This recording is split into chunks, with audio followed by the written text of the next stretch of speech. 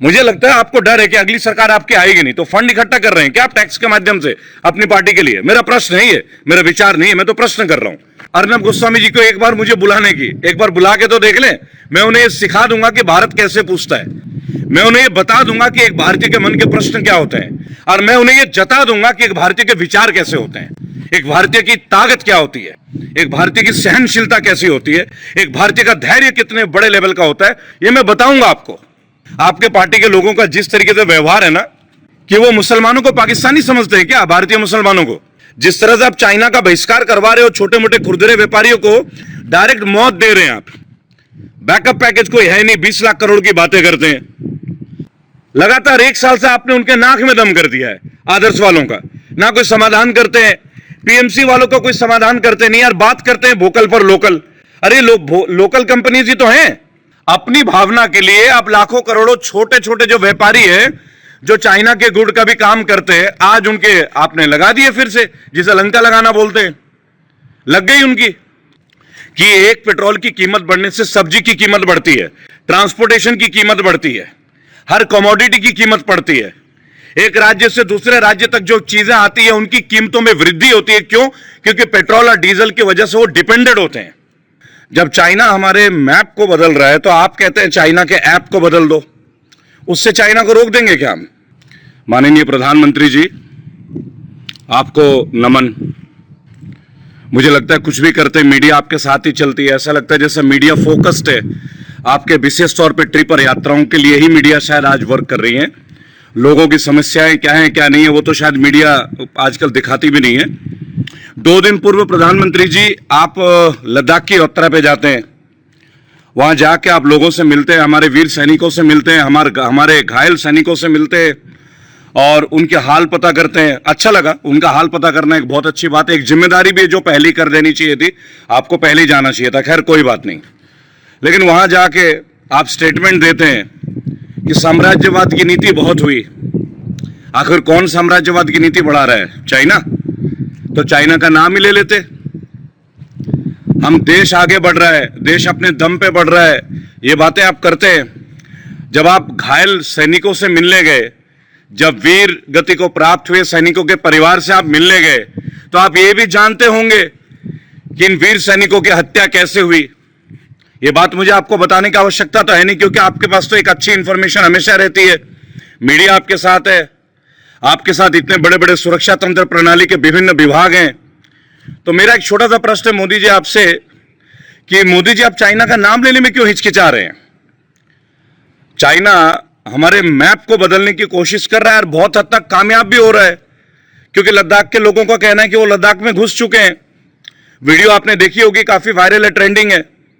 जब चाइना हमारे मैप को बदल रहा है तो आप कहते हैं चाइना के ऐप को बदल दो, उससे चाइना को रोक देंगे क्या हम? और हमारे देश में आप हमारा प्रतिनिधित्व कर रहे हैं, माननीय प्रधानमंत्री हैं, सम्मानीय पद पे हैं आप, और पद का कद होता है, मैं शुरू से कहता आया हूं, शुरू से। लेकिन मैंने एक बार भी आपके मुंह से यह नहीं सुना कि चाइना के हम ईंट से ईंट बजा देंगे। आपने एक बार भी यह नहीं कहा कि चाइना को हम धरातल पे ले आएंगे। आप कांग्रेस मुक्त भारत की बात चौड़ा होकर करते हैं, तब आपका 56 इंच का सीना बढ़ जाता है, बहुत बड़े तरीके से बढ़ जाता है, फैल जाता है। ऐसा लगता है कि 56 इंच का सीना चाइना तो छोड़ो, आगे और चला जाएगा, जो भी हमारे देश के दुश्मन है, लेकिन आप उनका नाम ही नहीं लेते। मुझे समझ में नहीं आता मोदी जी, आपके अंदर का जो सारा वीर रस है वो केवल हमारे देश के विभिन्न राजनीतिक पार्टियों के लिए सीमित है क्या? कांग्रेस के लिए, ममता बनर्जी के लिए, बसपा के लिए, समाजवादी पार्टी के लिए और अरविंद केजरीवाल की पार्टी के लिए, केवल विपक्ष के लिए आपकी ताकत और 56 इंच का सीना दिखता है क्या? चाइना के लिए तो आप नाम भी नहीं ले पाते हो। क्या बात है, किस चीज का डर है? हम तो नहीं डरते, हम तो नहीं डरते। आप किसी भी देश के मुद्दे के लिए बात ही नहीं करते हो। जहां लगता है कि 4 दिन 5 दिन बैठ के चुपके से आते हो, मन की बात पता नहीं किससे कर लेते हो, दिल की बात आप सुनते ही नहीं हो, ना समझते हो। प्रधानमंत्री के पद पे आप आसीन है, मेरा नमन है आपको, लेकिन ऐसे प्रधानमंत्री नहीं सोचा था हमने। ये जरूरी नहीं कि प्रधानमंत्री खूब बोले तो वो वीर प्रधानमंत्री हो जाते हैं। हमने बहुत सारे प्रधानमंत्रियों का दौर देखा, हमने पूर्व प्रधानमंत्री मनमोहन सिंह जी का दौर देखा, हमने अटल बिहारी वाजपेयी जैसे भाजपा के एक बहुत ही वीर एवं श्रेष्ठतम प्रधानमंत्रियों का दौर देखा, जहां विपक्ष भी खड़े होकर तालियां बजाया करते थे, इतना सम्मान देते थे वो विपक्ष को। आपका जब से प्रवेश हुआ है भारतीय राजनीति में, आपका केवल एक ही एजेंडा रहा है, कांग्रेस मुक्त भारत, तृणमूल कांग्रेस मुक्त भारत, समाजवादी पार्टी मुक्त भारत, राष्ट्रीय जनता दल मुक्त भारत। अब तो बिहार का चुनाव है, अब तो आप पता नहीं तेजस्वी जी के लिए क्या क्या कांटे बिछा देंगे, नए नए आईटी सेल, आपके नए नए कमेंट्स डेवलप हो जाएंगे। मुझे एक बात बताइए माननीय प्रधानमंत्री जी, देश में पेट्रोल की कीमत, इसी पेट्रोल के नाम से आपने मनमोहन सिंह जी को ना जाने कितना बार भला बुरा कहा, आपके लोगों ने, आपने, आपके रविशंकर प्रसाद जी ने, स्मृति ईरानी जी ने, गडकरी जी ने, किन्होंने नहीं कही, आप मुझे बताएं। आज पता नहीं उनको मुंह में ताले क्यों हैं, आज आरएसएस चुप क्यों बैठा है, मुझे ये नहीं समझ में आता। भाई आरएसएस तो एक बहुत बड़ा संगठन है, वो रियलाइज करते हैं अपनी जिम्मेदारियों को, एक बहुत बड़ी नैतिक जिम्मेदारी है आरएसएस की भी, क्योंकि वो केवल बीजेपी के लिए समर्पित नहीं है, वो राष्ट्र के लिए समर्पित है, जैसा कि वो बताते हैं। लेकिन उनकी ओर से तो मैं कुछ सुन ही नहीं पाता, एक वक्तव्य नहीं आ रहा आजकल, ना राम माधव जी का आ रहा है, ना मोहन भागवत जी का आ रहा है, विभिन्न जो लोग हैं किसी का भी नहीं आ रहा है।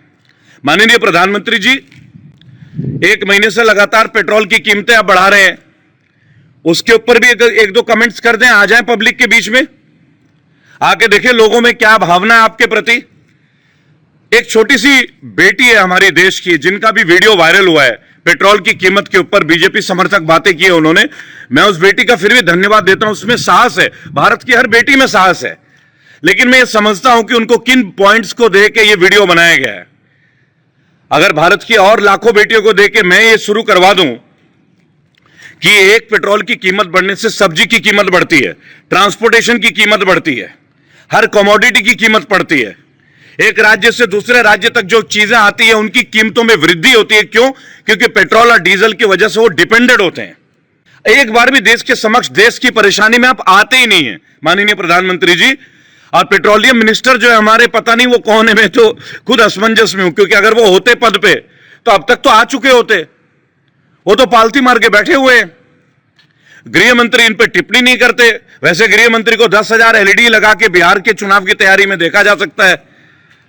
माननीय प्रधानमंत्री जी, 2 दिन अगर आप पूर्व चले गए लेह लद्दाख, तो मैं एक बात आपको बोलूंगा, उससे मनोबल बढ़ता नहीं है, उससे मनोबल बढ़ता नहीं है। अगर आप यहीं पे दिल्ली से खड़े खड़े कह देना कि चाइना को हम मुंह तोड़ जवाब देंगे, चाइना का नाम तो लीजिए, आप लोगों से कहते हैं चाइनीज गुड्स का बहिष्कार कर दें।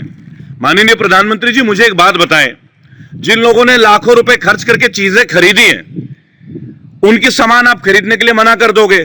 छोटे मोटे व्यापारी भी डिपेंडेंट करते हैं उनके लिए। आप मुझे यह बताओ वो कहां जाएंगे?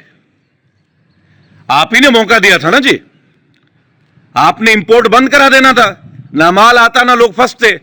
अपनी भावना के लिए आप लाखों करोड़ों छोटे छोटे जो व्यापारी हैं, जो चाइना के गुड़ का भी काम करते हैं, आज उनके आपने लगा दिए फिर से, जिसे लंका लगाना बोलते हैं, लग गई उनकी। अब मुझे एक बात बताएं भाई साहब, माननीय प्रधानमंत्री जी, ये कैसी रणनीति है, ये कैसा सुशासन है, ये कैसा गुड गवर्नेंस है आपका? आप चाइना का गुणगान कर रहे थे पिछले 1 साल के अंदर। जिनपिंग जी का मुखौटा बच्चों को गुजरात में, तमिलनाडु में, पता नहीं कहां कहां लेकर आपने रैलियां करवा दी। तब आपको नहीं पता था कि इस पड़ोसी का ड्रैगन जो है क्या है, आप नहीं जानते हैं। चाइना का इतिहास रहा है, आप तो इतिहास के अच्छे ज्ञाता रहे हैं, बहुत बढ़िया तरीके से इतिहास आपके लोग पढ़ते होंगे। अब चाइना हमारा भूगोल बदल रहा है, अब चाइना हमारा भूगोल बदलने में लगा है। आप चाइना का ऐप बदलने में लग गए, टिकटॉक बंद कर दो, यूसी ब्राउजर बंद कर दो, और पता नहीं कौन कौन से एप्लीकेशन बंद कर दो। आखिर इन एप्लीकेशंस को लागू करने की परमिशन किसने दी? अब आपकी बात और बड़ी करता हूं, चाइना के मोबाइल, लोगों ने लाखों रुपए देके शोरूम खोले हुए हैं, एमआई के, रेडमी के। अब आपके प्रचार, आपकी पार्टी के आईटी सेल के प्रचार के बाद लोग वो मोबाइल नहीं खरीदेंगे। उन बेचारों का क्या, चाइना उनसे मोबाइल वापस नहीं लेगा? वैसे ही लॉकडाउन में लोग मर रहे हैं, नोटबंदी से लोग त्रस्त हैं, ग्रसित हैं, आपके बुरे पॉलिसी से लोग भुगत रहे हैं, भुखमरी है आपके गंदे गंदे पॉलिसी से। मैं तो आपके पॉलिसीज को गंदा बोलता हूं, क्योंकि अच्छा कैसे बोल सकता हूं? जिसका रिजल्ट अच्छा होगा उसे ही तो अच्छा बोलूंगा ना। आपने एक बार भी अपने किसी एक पॉलिसी को कभी कामयाब करते हुए नहीं देखा। केवल आपको मैं भी गिनाऊंगा आज, आपके उपलब्धियां थोड़ा गिनाना चाहूंगा, लेकिन मैंने देखा है कभी समंदर के किनारे चले जाते हैं आप, टहलने लगते हैं, 2 पॉलिथीन उठाते हैं और मीडिया कवर कर लेती है कि देश का प्रधानमंत्री स्वच्छता में लगा हुआ है। एक बात बताइए, पॉलिथीन में कचरा उठाने से देश स्वच्छ हो जाएगा? इसे तो मीडिया कवरेज बोलते हैं, फुटेज लेना।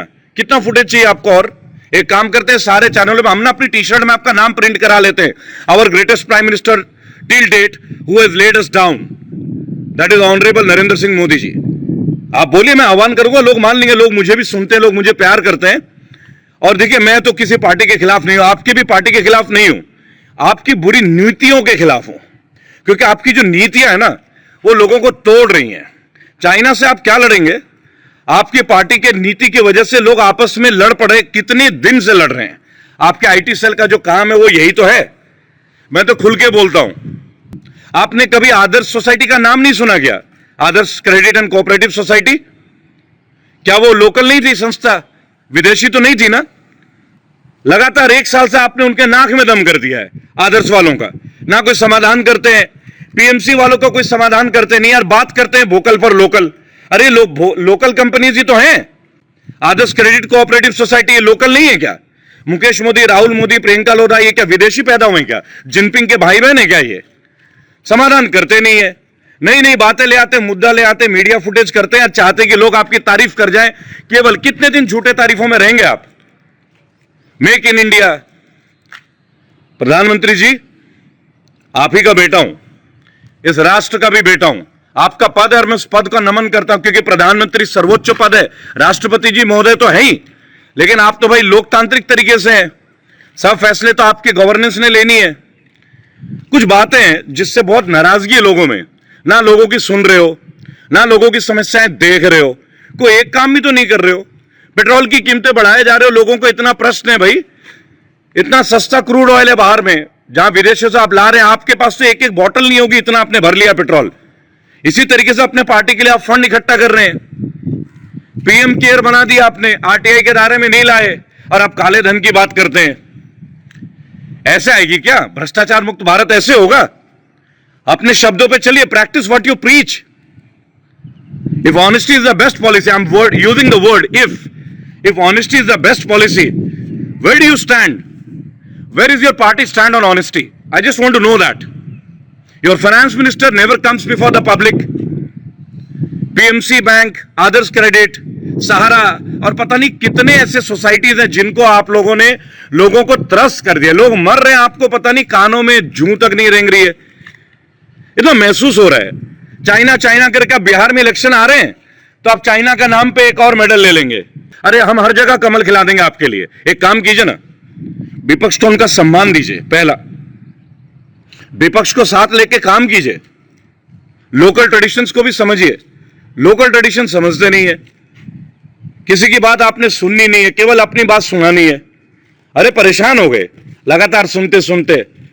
चाइना का नाम नहीं लिया जा रहा। 56 इंच का सीना क्या काम का है भाई? हमसे बोलिए, खुल के बोलते हैं। हमारी देश की वीरांगनाएं देखिए, वीर महिलाएं देखिए, खुल के आप एक बार आह्वान तो कर दीजिए। हमें डर है क्या युद्ध से? चाइना से हम डरते हैं क्या? आप नाम लेने से डरते हो, हम तो लड़ने से नहीं डरते। अकेले आप ही तो भारतीय नहीं हो ना, भारत मां के शेर अकेले आप नहीं हो, क्योंकि शेर की परिभाषा ही कुछ और है। मैं तो कभी बोलता भी नहीं, क्योंकि शेर तो एक पशु है। पशु को या तो जंगल में होना चाहिए, सर्कस में होना चाहिए। इंसानों के बीच में पशु की क्या जरूरत है? माननीय प्रधानमंत्री जी, इस तरह का मीडिया अप्रोच छोड़ के जड़ से जमीनी तौर पे लोगों के बीच में आइए। जुमलों के सारे सरकार बना ली, जुमलों के सारे लोगों के दिल में बैठ गए। ज्यादा दिन नहीं चलेंगे जुमले, एक लिमिट होती है हर चीज की। लिमिट क्रॉस होने लग जाए, लोग समझ जाते हैं। लोग समझने लग गए आपको। जिस तरीके से आप पेट्रोल में कर रहे हो ना, लोग समझ गए। जिस तरह से आप चाइना का बहिष्कार करवा रहे हो, छोटे मोटे खुरदरे व्यापारियों को डायरेक्ट मौत दे रहे हैं आप। बैकअप पैकेज कोई है नहीं, 20 लाख करोड़ की बातें करते हैं। कहां है वो 20 लाख करोड़? जरा डिटेल दे देते। अत्याचार तो आप ही करवा रहे हैं। ममता जी की पार्टी के लोगों को अपने साथ ले लेते हो और फिर ममता जी को गलत बता देते हो। शारदा घोटाले का क्या हुआ माननीय प्रधानमंत्री जी? आपने वादा किया था रॉबर्ट वाड्रा को अब जेल के अंदर भर दोगे। शीला दीक्षित ने इतने लाखों करोड़ का घोटाला किया, क्या हुआ उन घोटालों का? एक जवाब तो मिला नहीं मुझे आज तक। लाखों करोड़ों हिंदुस्तानी वेट कर रहे हैं आपकी ईमानदारी के जवाबों का। कहा था स्विट्जरलैंड से इतने लाखों करोड़ों ले आओगे, कितने ले आए? हमारा लिए जा रहे हो, लगातार लिए जा रहे हो। चाइना नहीं संभाल पा रहे हो, अपने पड़ोसी नहीं संभाल पा रहे हो, नेपाल नहीं संभाल पा रहे हो, खाली पाकिस्तान के ऊपर बातें डाल देते हो। और कई बार तो मुझे यह लगता है माननीय प्रधानमंत्री जी, आपके पार्टी के लोगों का जिस तरीके से व्यवहार है ना, कि वो मुसलमानों को पाकिस्तानी समझते हैं क्या? भारतीय मुसलमानों को थोड़ा सा अपना मानसिक विस्तार कीजिए, अपनी टीम का, अपने पार्टी का मानसिक विस्तार कीजिए माननीय प्रधानमंत्री जी। क्या भारतीय मुसलमान होना गुनाह है क्या? ये जो देश में नफरत का माहौल चल रहा है, कोरोना संभाल नहीं पा रहे हो, कोरोना का करेक्ट रिपोर्ट कभी दे नहीं रहे हो, कितने डेथ्स हुए लोगों को बताते नहीं हो, हॉस्पिटल्स का बुरा हाल है, खाना लोगों को मिलता नहीं है। दर्जनों एग्जाम्पल दे दूंगा आपको, दिल्ली, उत्तर प्रदेश, हर जगह का दे दूंगा जहां आपके शासित प्रदेश है ना, उत्तर प्रदेश। अभी देखिए परसों कानपुर में 8 पुलिस वाले शहीद हो जाते हैं। आपके वहां के पुलिस के बड़े अधिकारी जो हेलमेट पहन के मीटिंग करते हैं, एक बार उस हेलमेट को देख लीजिएगा, बुलेट प्रूफ जैकेट के साथ ऐसे हेलमेट, आप सोचिएगा ऐसे लग रहा है जैसे क्रिकेट टीम का बैट पहन के आगे। गौर कीजिएगा माननीय प्रधानमंत्री जी, भारत आपको देख रहा है ना? आपके एक शिष्य अर्नब गोस्वामी भारत पूछ रहा है, आज तक हिम्मत नहीं हुई भारत अर्नब गोस्वामी जी को एक बार मुझे बुलाने की। एक बार बुला के तो देख ले, मैं उन्हें ये सिखा दूंगा कि भारत कैसे पूछता है, मैं उन्हें ये बता दूंगा कि एक भारतीय के मन के प्रश्न क्या होते हैं, और मैं उन्हें ये जता दूंगा कि एक भारतीय के विचार कैसे होते हैं, एक भारतीय की ताकत क्या होती है, एक भारतीय की सहनशीलता कैसी होती है, एक भारतीय का धैर्य कितने बड़े लेवल का होता है, ये मैं बताऊंगा आपको। हर जगह केवल छोटी छोटी फुअड़ बातें, आपकी पार्टी के आईटी टीम के मैसेजेस, हम तो दुखी हो गए एज ए प्रधानमंत्री, हमने किसको सेलेक्ट कर लिया भाई? और माननीय प्रधानमंत्री जी, पहले तो नहीं मानता था, अब एक बात को दावे से कहता हूं, अगर भाजपा में इतना ही दम है ना, इतनी शक्ति है, इतनी क्षमता है, चलिए एक चैलेंज देता हूं आपको, आइए इलेक्शन बैलेट पेपर में करते हैं, ईवीएम को छोड़ते हैं, एक बार बैलेट पेपर से चुनाव करा लीजिए। जापान जैसी इतनी बड़ी देश, आज भी बैलेट पेपर में चुनाव होते हैं। आइए ना एक बार बैलेट पेपर में चुनाव करते हैं। ईमानदार आदमी को तो घबराना नहीं चाहिए, आप तो ईमानदार व्यक्ति हैं, आपकी तो टीम ईमानदार है, क्यों नहीं चैलेंज को स्वीकार करते हैं? आप क्यों नहीं स्वीकार करते हैं? विपक्ष को खरीदने का काम होता है, कभी ज्योतिरादित्य सिंधिया को ले लेते हैं, कभी कर्नाटका में गिरा देते हैं। एक भी राजनीतिक कदम ऐसा नहीं है जो सम्मानीय हो, जो सराहनीय हो। कमाल की बात करते हैं। मैं तो ये सोच के अफसोस करता हूं, 2 बार आपको वोट कैसे दे दिया। काश कि इस पात्र परिचय मुझे पहले हो गया होता, कदाचित मैं आपको वोट ही नहीं देता, कदाचित। हिटलर मुसोलिनी के जैसा हमारे देश को एक और लीडर की जरूरत है क्या भारतीय भाई और बहनों? अगर आप मुझे सुन रहे हैं, चुनाव आ रहे हैं बिहार में भी, ऐसे लोगों को हम लेके आते रहेंगे क्या जो हमारे देश को संप्रदाय धर्म के नाम पे मरवाते रहे, युद्ध करवाते रहे? अच्छी बात है क्या? हमारे लोग शहीद हो रहे हैं, चाइना बॉर्डर पे भी और कानपुर में भी। कानपुर में किनकी सरकार है, जेएनके में किनका राज चल रहा है आज की डेट में, यह कहने का प्रश्न नहीं है। क्यों नहीं अटैक कर दिया गया? छत विशत जो शव हैं, देख के किसका खून नहीं खौलता? लेकिन नहीं, बात केवल धर्म के ऊपर होगी, माइनॉरिटीज के ऊपर अत्याचार हो रहे हैं। आज की डेट में ह्यूमन राइट्स का नाम कुछ है ही नहीं। कोई कुछ बोल दे, उठा के जेल में कोई ना कोई मुकदमा लगा देना है, कोई बोले ना। और वैसे फ्रीडम ऑफ स्पीच हमारे संविधान की समझ आपकी पार्टी को है ही नहीं, कोई भी कुछ भी बोल देता है। मुझे लगता है आपको डर है कि अगली सरकार आपकी आएगी नहीं, तो फंड इकट्ठा कर रहे हैं क्या आप टैक्स के माध्यम से अपनी पार्टी के लिए? मेरा प्रश्न है ये, मेरा विचार नहीं है, मैं तो प्रश्न कर रहा हूं। प्रश्न का उत्तर दे दीजिए, मैं संतुष्ट हो जाऊंगा। पीएम केयर के बारे में मेरे से बात कीजिए, मैं संतुष्ट हो जाता हूं। क्रिश्चियंस के लिए आपने कितनी डेवलपमेंट की, क्या क्या पैकेज दिए, मैं बात कर लेता हूं। ब्राह्मणों के लिए आपने कितना कुछ काम किया, बता दें, कर लेते हैं। हम तो जनरल में आते हैं।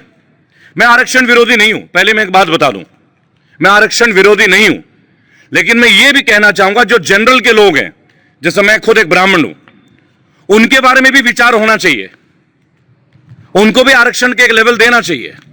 नहीं देंगे तो नाइंसाफी है, क्योंकि ब्राह्मण के बच्चे भी पढ़ते हैं, जनरल कैटेगरी के बच्चे भी पढ़ते हैं, उनका स्कोरिंग एक हाई लेवल पे होता है, उसके बावजूद उन्हें सिलेक्शन नहीं मिलती तो कष्ट होता है, मां बाप के सपने टूटते हैं। आप दलित को आरक्षण दीजिए, मैं सम्मान करूंगा, क्योंकि दलित है आरक्षण के योग्य, बहुत सारा कष्ट है उनको, मैं समझता हूं, लेकिन मैं किसी और के आरक्षण के विरुद्ध नहीं हूं, कदाचित नहीं हूं। मैं किसी धर्म के विरुद्ध नहीं हूं, मेरा हिंदुत्व मेरे अपनी जगह है और मैं उसके ऊपर गर्वित महसूस करता हूं, लेकिन मुझे किसी मुसलमान भाई, किसी क्रिश्चियन भाई, किसी सिख भाई से समस्या नहीं है। ये मेरी विचारधारा नहीं है, पहली बात। और देखिए, मैंने पहले भी आप लोगों से एक बात बोला है माननीय प्रधानमंत्री जी, चाइना तरक्की इसलिए करता है कि चाइना डेवलपमेंट को स्वीकारती है। चाइना के नेता अगर भ्रष्टाचार करते हैं ना, चाइना के नेताओं को जाके देखो किस पे कितने करोड़ रुपए हैं, कितने मंत्री, जिनके बच्चे, बेटी, दामाद कौन कौन मंत्रालय पे, वो भी बता दूंगा। पैमाना बदल दिया आपने अपने पार्टी के लिए। भ्रष्टाचारी बता के उन्हीं लोगों को अपने पार्टी में लेके भगवा रंग चढ़ा देते हो और उनको शुद्ध कर देते हो। चाइना के लिए हमें जवाब चाहिए, चाइना का बहिष्कार अवश्य कीजिए, लेकिन एक बात मैं आपसे बोलूंगा, उन लोगों के बारे में भी सोचिएगा जिन्होंने लाखों रुपए का सामान खरीदा हुआ, उन बेचारों की क्या गलती है?